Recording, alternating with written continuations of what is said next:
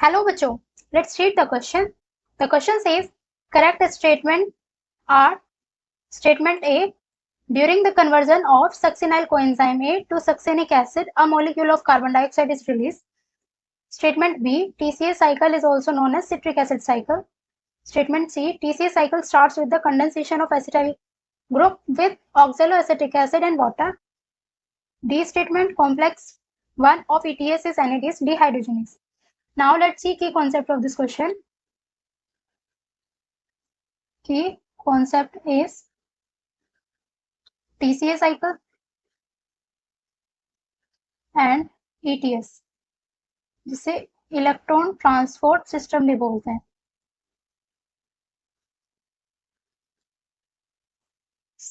System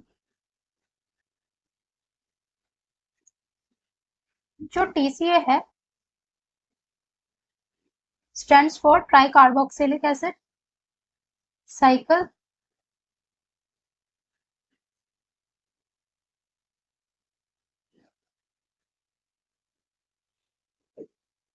TCA को citric acid cycle भी बोलते हैं और इसका जो स्टेप फर्स्ट है उसमें acetyl coenzyme A and oxalo acetic acid and water, ये तीनों मिलकर के सिट्रिक एसिड में कन्वर्ट होते हैं.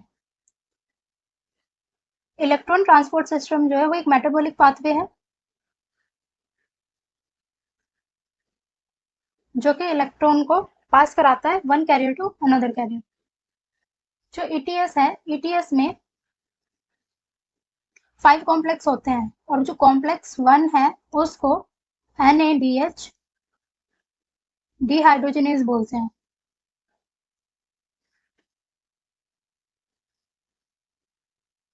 Now come to the question. Statement A. During conversion of succinyl coenzyme A to succinic acid, a molecule of CO2 is released. ये incorrect statement है क्योंकि सक्सिनाइल कोएंजाइम जो ए है वो भी 4 कार्बन कंपाउंड है एंड सक्सिनिक एसिड भी 4 carbon compound है, इसमें कोई भी डिकार्बोक्सिलेशन नहीं होता.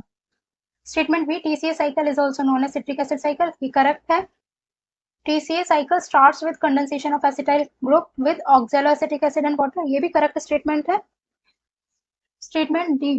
Complex 1 of ETS is NADH dehydrogenase, ये भी करेक्ट स्टेटमेंट है. अभी हमने देखा कि कॉम्प्लेक्स 1 को NADH dehydrogenase भी बोलते हैं.